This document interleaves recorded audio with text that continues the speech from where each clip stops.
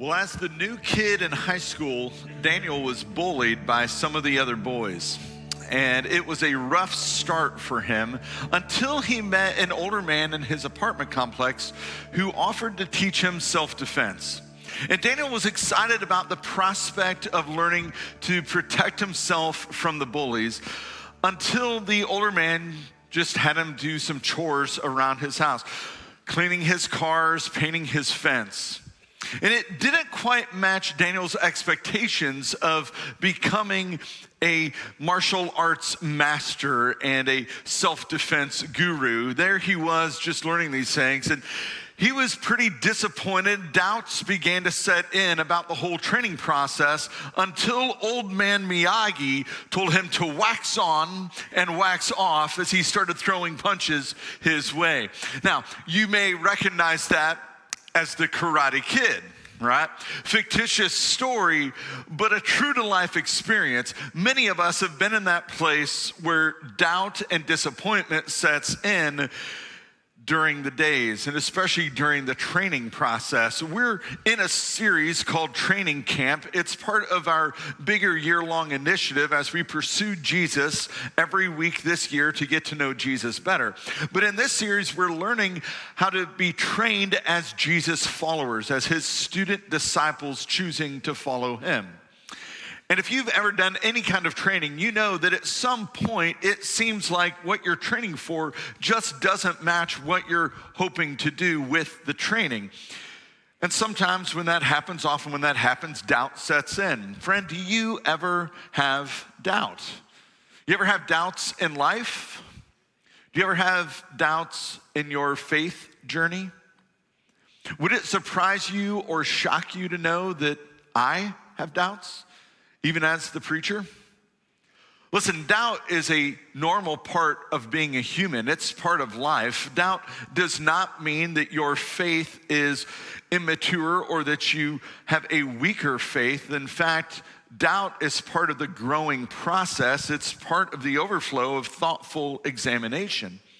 Doubt, simply put, is uncertainty. It's lacking certainty in certain areas of life. And if you're looking for a reason to doubt God, you won't have to look very far. There are things that will challenge your belief, that will challenge your certainty. Maybe for you, it's some of the miracles in the Bible. I mean, we've all had moments, though, beyond that, when God just didn't seem to meet our expectations for how we thought he should be taking care of us. Perhaps it was the death of a dream, or the pain of a broken relationship. Maybe it was a failure you did not see coming that sidetracked you. Maybe it's just the fact that life has turned out very differently than you thought it would, than you thought it should. We need to understand, though, at the outset that doubt and disbelief are not the same thing. They're different. Doubt and unbelief are different things. In fact, we could say it this way, that doubt is the struggle to believe. It's wrestling. It's desiring to believe, but wrestling with it, having uncertainty even as we pursue. But unbelief is the refusal to believe. It's just outright saying, I don't care. I don't want that. Doubt is the search for truth, wanting to know more. Unbelief is the denial of truth. I have my own truth. I don't need to explore that. Doubt says, I'm confused. I'm not sure. But unbelief says, I just don't care. I have my own truth and I don't want to lean in. Now, Jesus was always pretty tough on those with unbelief, on those who refused to listen, to lean into what he had to say, for those who just outright denied him and opposed him. He was pretty tough on them. But for the doubters, for those who simply lacked certainty, those who were exploring and wrestling, Jesus was so kind, he was so tender and gentle to them. He invited them in. He invited them to have conversations at the table. In fact, you could say that Jesus hung a sign that said, doubters, welcome here. And so do we here at OCC. If you have doubts, you're in the right place. Because to doubt is to be human.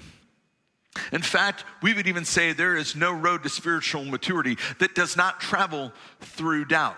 You can't get to spiritual maturity with Jesus without going through the land of doubt at least a few times on that journey. It's kind of like if you were to travel up to Indianapolis for something. You're going to take a day trip to Indy, and you're leaving from Louisville. You can't get to Indy from Louisville without traveling through the land of corn. You're going to pass some cornfields. It's just inevitable. You're going to have some boring corn-filled stretches of the journey.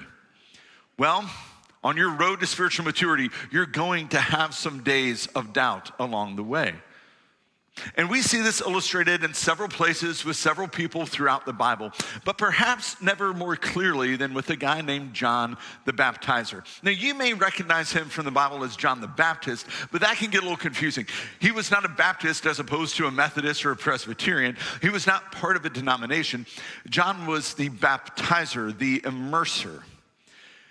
Now, to understand his story, we need to know that John had been out in the wilderness, out in the desert, hanging with God, growing in his faith, learning from God, and then he returned to where the people were, and he began preaching to the people. And he preached a message of repentance. Repentance simply means turn.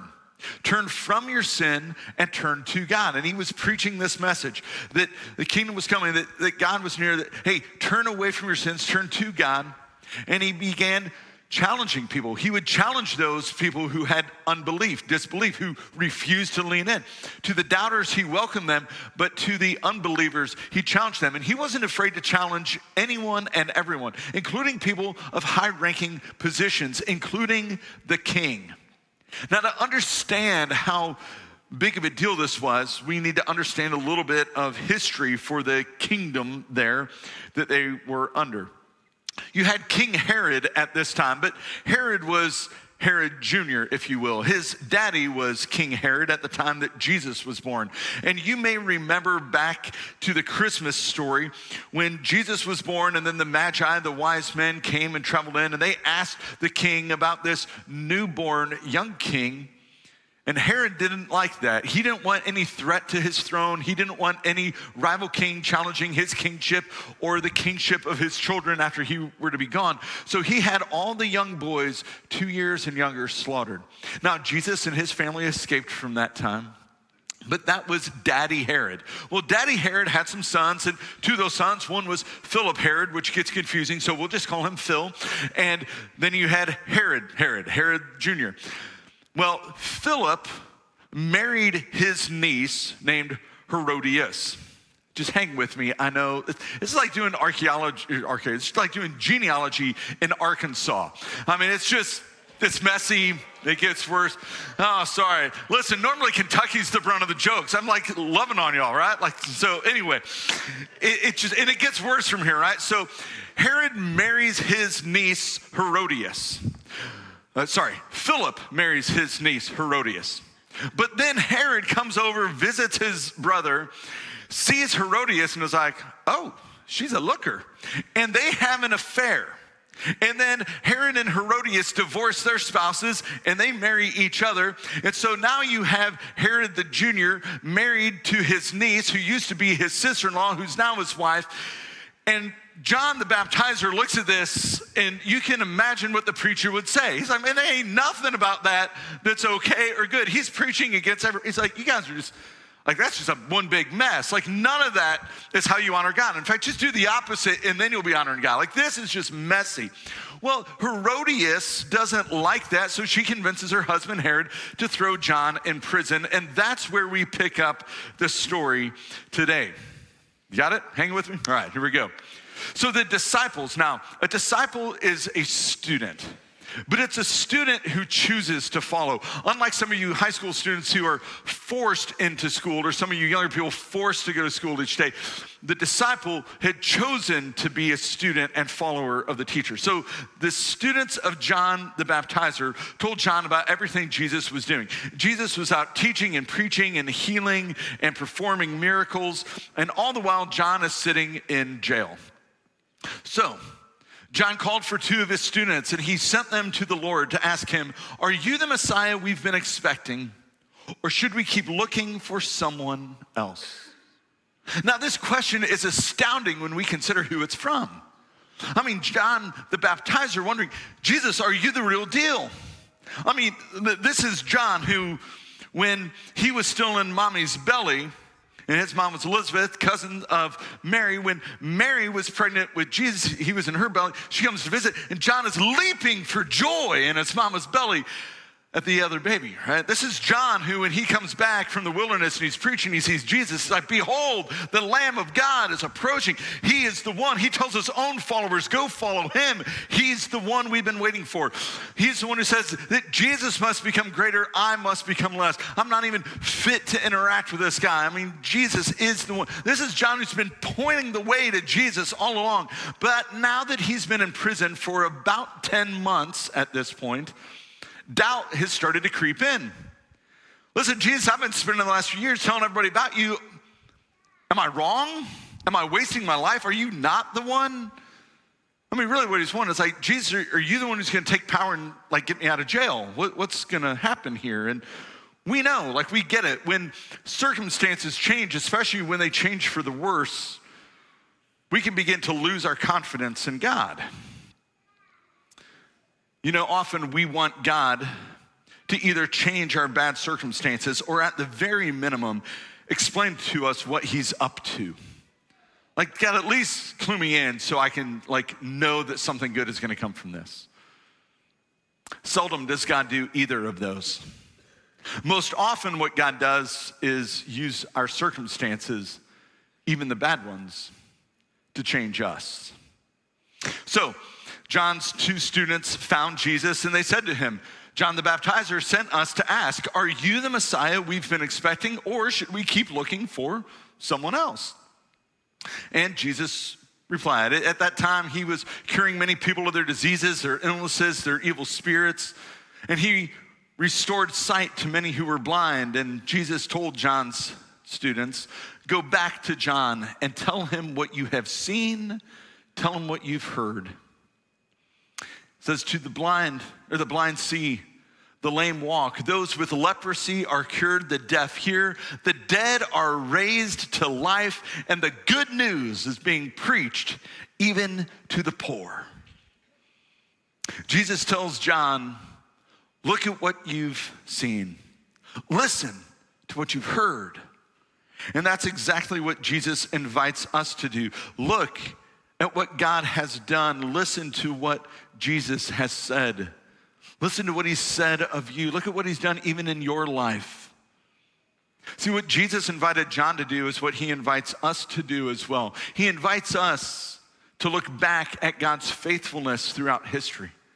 And when we do that, when we see how God has moved in the history of the world and even in the history of our lives, then we gain courage and confidence to step forward, trusting in God, even when the circumstances are bleak. Even when things are different than we would hope they would be, we have courage to move forward with faith in God when we see that God is the faithful one throughout history. So friend, how have you seen God move in your life? In what ways have you seen God answer prayer? I mean, that's one of the clearest ways we can examine the activity of God in our lives. It's by looking at the things we had prayed for and then seeing how God has shown up to answer those. And one of the best ways to do that is to keep a prayer journal. And it doesn't have to be something fancy. It doesn't have to be some special thing. You can go to the dollar store, you get a cheap notebook, and you simply write the date and what you're praying. And then you continue to pray that. You continue to turn back to that. And when you see God answer that, you write the date and you write his response. Now, I wish I could tell you that I was really great about that, but I need to confess that I'm not nearly as good at that as I wish I were. So I'm not going to tell you what you need to do. I'm going to invite you to join me in something that we would all benefit from doing. And that's to get better about journaling our prayers and God's response to them. And when we do that, we'll have a record to look back on to see this is how God showed up. This is what God said. This is how the Spirit prompted me. This is what God led me to do. And that will give us the courage and the confidence to step out in faith, even in difficult circumstances, because we'll be reminded how God is always faithful to us. Because the reality is that God often challenges us. See, one of the things God often uses to grow our faith is disappointment. God often grows our faith by disappointing our expectations. Maybe you had the expectation that once you surrender your life to Jesus, everything will be better. You surrender to Jesus and that sin you wrestled with will just go away. That you surrender to Jesus and that broken relationship with your spouse or your kid or your parent or your sibling or your friend or your boss or whoever, that it's just gonna get better. You surrender to Jesus and suddenly there will be a windfall in your life. You won't even play the lottery, but somehow you'll win it and you'll never have money woes again, right? Jesus never promises any of that. In fact, what Jesus does promise is he makes these statements like, listen, if the world hates me, they're probably gonna hate you too. He says, take heart, you're gonna have many troubles in this world, but I've overcome, so just stick with me and I'll see you through. He says, get used to suffering because that's the way it's gonna be. He says, carry a cross and die to yourself. And by the way, if people persecute me, they're probably gonna persecute you as well. That's what Jesus promises. He never promises that we won't have dark days. He never promises that we won't go through deep valleys. But he does promise that when we are in the deepest and darkest of those valleys, he will still be right there with us, seeing us through, even using those circumstances to change us for our good and his glory. That's the promise of our God. So John asks, Jesus, are you the one? Are you the one we've been expecting? I mean, my doubt is starting to creep in the way here. I've been saying you're the one, but now I'm not sure. This jail cell is getting old. It's getting stinky. And Jesus answers by quoting a prophecy, by turning to an Old Testament prophet named Isaiah and quoting a passage from him. It's the same passage that Jesus quoted at the onset of his ministry. Luke records it for us. When Jesus was in his hometown and he was in the temple, he opened the scroll of Isaiah. They didn't have Bibles like we have. They had large scrolls. And he opened the scroll of Isaiah and he opened it to this passage and he read this. The Spirit of the Lord is on me, because he has anointed me to proclaim good news to the poor. He has sent me to proclaim freedom for the prisoners and recovery of sight for the blind, to set the oppressed free, to proclaim the year of the Lord's favor. And then Jesus said, this has been fulfilled in your hearing today. Basically, he announced, I am the one. I'm the one you've been waiting for. This is all about me. And here it is. It's all coming true. The blind see, the deaf hear, the lame walk, the dead have oxygen in their lungs and they're snorting the CO2 out in their nostrils. They're living and breathing again. And he tells John's disciples, tell them what you've seen, tell them what you have heard. But when Jesus quotes this in this context to John through his followers, Jesus omits a very significant phrase, probably the most important phrase for John. Because when Jesus quotes it the second time, he leaves this out. The prisoners are set free. Now, undoubtedly, John would have recognized the omission. I mean, John's in prison. He's probably like, wait, whoa. Jesus, hold up. Important thing, man. What about prisoners?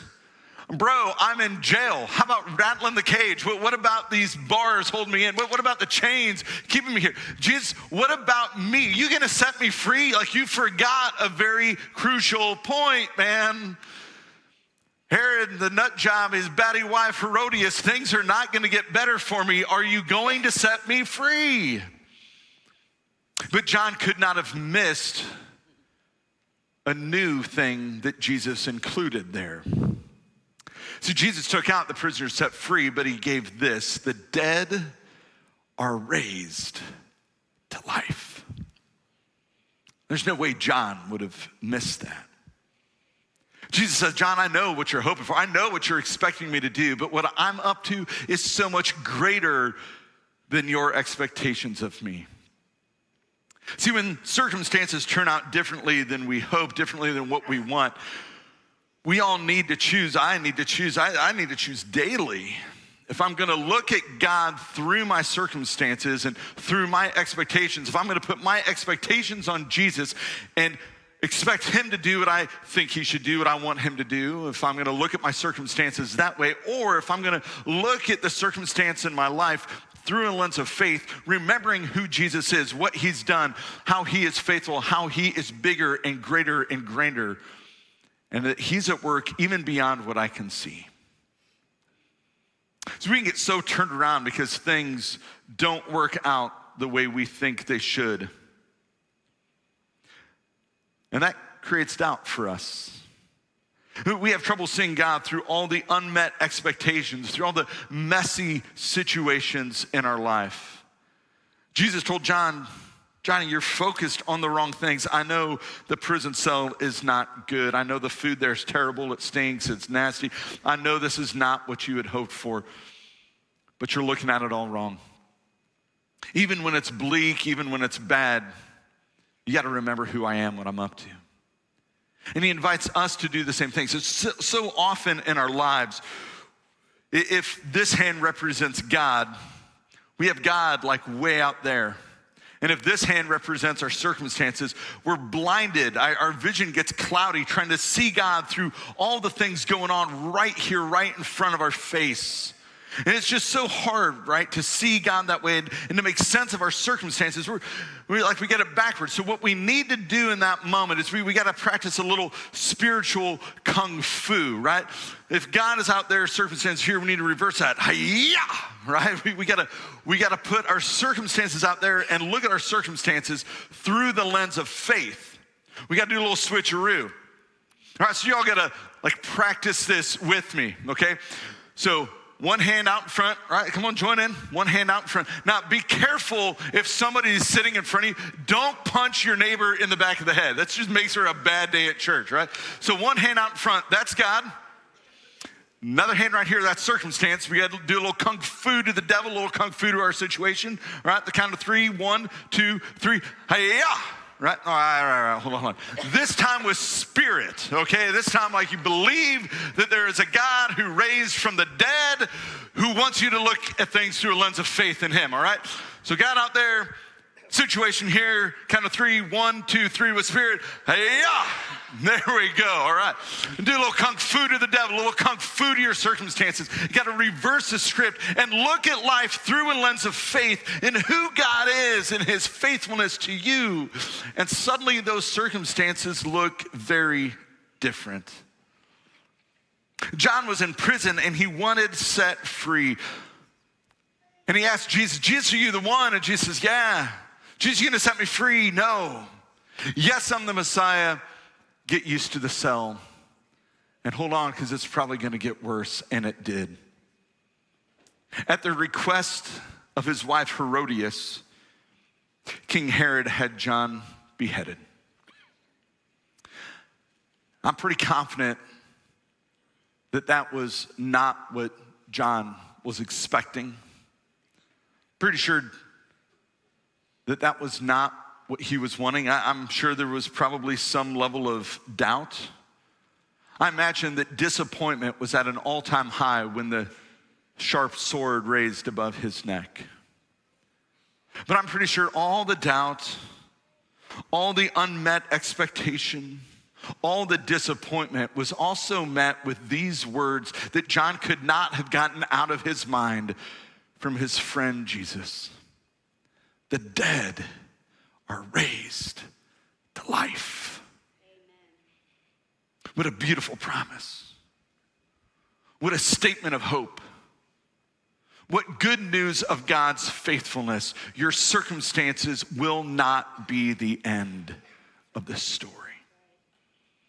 Friend, you want to know what God uses so often to grow your faith? It'll be disappointment. You want to know what the devil will try to use so often to destroy your faith? Disappointment.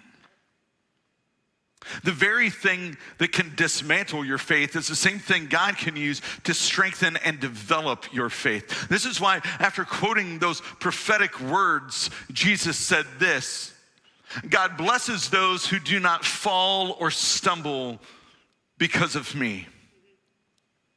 Blessed is anyone, Jesus says, who does not fall away because of something they thought I should do for them. Blessed is anyone who does not stumble in their faith because they set their expectations on what they wanted and not on who I am. Blessed is anyone who does not abandon the faith because things turned out differently than they hoped they would. Blessed is anyone who allows their faith to grow through difficult times, who kung fu's their circumstances and trusts in me and remembers my faithfulness. And some of you are there right now.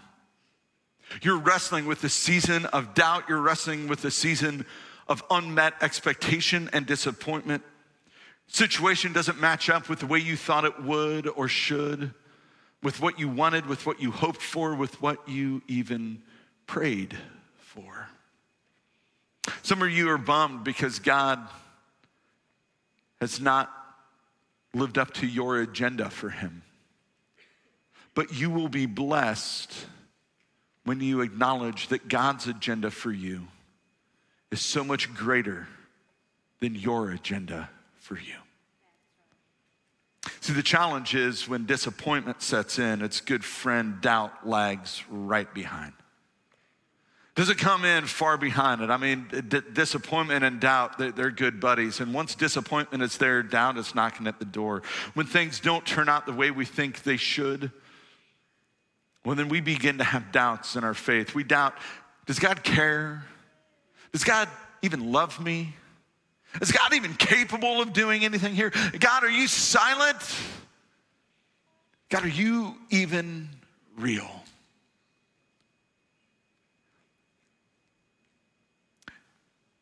Friend, we got to remember that there is no road to spiritual maturity that does not travel through doubt. And so what this means for us practically is that spiritual maturity, a life of strong, mature faith in Jesus, is not a life that is free of doubt, but it is a life that is full of faith. That a life that is full and rich of overflowing faith is what Jesus calls us to. He doesn't call us to a life of certainty.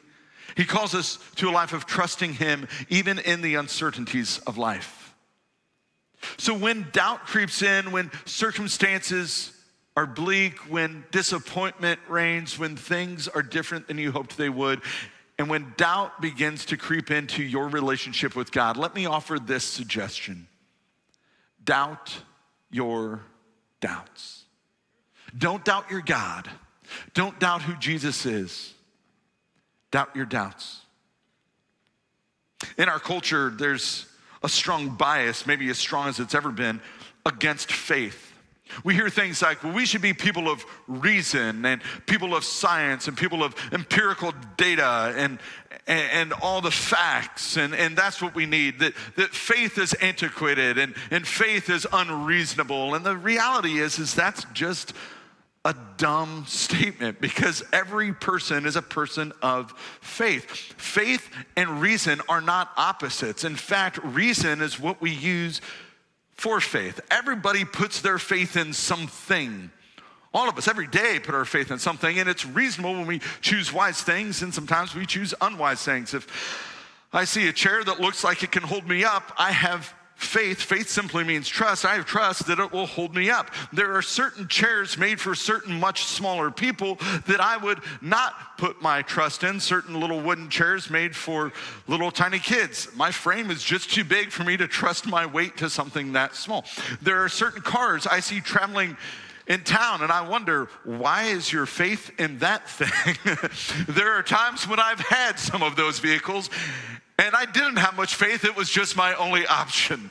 I didn't have much trust that it would get me where I was going. I once owned a car where every time I stopped for very long at all, I had to open the hood and disconnect the battery because it would just drain. The power steering, the power brakes, they were gone. There was not a lot of trust in that vehicle. Now I drive a better vehicle. And I have trust that most days it's gonna get me where I'm going. So I get in and I put my trust in that car to get me where I'm going. And most days it is worthy of my trust. That's a reasonable faith in my car, except on the days when my kid leaves the trunk open and some lights on and it drains the battery. Then it's not gonna get me anywhere. I used to have trust in this digital alarm clock that plugged into the wall. And I would set it and had the setting on, and it would go off daily. And man, I had trust. That thing was obnoxious. I put it on the other side of the room to force him to get out of bed and walk across the room. So if I hit snooze, it was just no good because I was already up and out of bed. And it worked day in and day out and day in and day out. I mean, again and again and again. It was worthy of my trust until we had a bad storm that took out the power. And then my clock had no clue what time it was. And I overslept, and I missed a really important thing in my life. Now, I don't trust clocks that plug into the wall because storms happen too often. I trust my phone, and as long as I remember to set it and I remember to put it there, and it's going to wake me up with a very obnoxious sound. It has earned my trust. That's a reasonable thing. I trust certain places like Drake's to provide me with a good quality burger and fries. I don't have a lot of trust or faith that most fast food joints are going to be able to provide food that matches that quality. We all put trust and hope and faith into certain things based on whether they have earned our trust. Every person is a person of faith. Even the most vocal, staunch atheists in our world will admit they have uncertainty and that they have to put faith in their theories. They just think their theories are better, but what they have missed is the faithfulness of Jesus. Friend, I can tell you that I have tested his faithfulness too many times in my life, and he has proved beyond reason that he is worthy of our faith. He is worthy of our trust. He is the faithful one. When we're faced with doubt, when we're faced with uncertainty, we really have two options. We can lean in or we can walk away, but be certain of this, that there is no road to spiritual maturity that does not travel through doubt. So you can walk away when doubts arise in your faith, but just know that whatever you do choose to put your faith in, even if you call it by a different name, uncertainty will arise. Doubts will arise. Again and again, you'll face questions. So you can walk away or you can lean in. You can press through the doubt. And you may never get all your faith questions answered. In fact, if your journey is like mine, some of your answers will simply be met with more questions. Deeper, more complex questions. But what I've discovered again and again is with every question, with every doubt, Jesus compels me to trust because he proves his faithfulness again and again and again, even through the uncertainties. So when doubts arise, here's my suggestion. Lean in and press through the doubt. Let your faith grow. Read the Bible and read of God's faithfulness. Hear what he says of you. Get to know God. Get familiar with what he has done and said and get to know him. Journal your prayers and watch how God responds. Watch how he proves himself faithful in your life time and time again. Show up tonight at group launch and join a group. One of the things God uses to grow our faith most is providential relationships with other people. You will see God's faithfulness playing out in their lives and their testimonies, shown in their lives, shown through their lives into your life. God will prove his faithfulness through those relationships. Connect with others and see how God is at work there. When doubts arise, and they most certainly will, you need not be afraid. You need not walk away. But look back on God's faithfulness and doubt your doubts. And you'll be able to move forward with courage and with certainty that the faithful one of the cross is the faithful one of your life. And he will continue to prove himself faithful to you. God, we thank you that you are the faithful one, that you are a good and gracious God, that you did not belittle us or kick us aside because of our doubts, that when uncertainty creeps in, you invite us to explore, you invite us to pursue you. You invite our questions and you invite our exploration. And you love us through it all. We thank you for your faithfulness to us. That the King of glory who wears the crown of heaven is also the Savior of the world who wore the cross for us. Each one and every one of us. We thank you that you have proved yourself faithful time and again. And God, if there are any today who've wrestled with doubt in you, I pray that today would be the turning point when they would begin to doubt their doubts and begin to put their trust in you. That they would explore, that they would dig deep. And God, that this place would be a place where people know their questions are welcome, where they can wrestle through uncertainty because there is a God who we can be certain of. We can be certain of your love. We can be certain of your faithfulness. We can be certain that you are King and leader and redeemer now and forever. And we can be certain that in all the bleak days of this world, there will be a day without end where there is joy unspeakable. That there is joy without end forever with you in your glory. God, we long for that day. May we be a place where we show the light and the hope as a beacon of hope to this world, inviting others to come and discover your faithfulness. And we pray all of this, that you would get all the glory and honor that you and you alone deserve, Lord Jesus. Amen.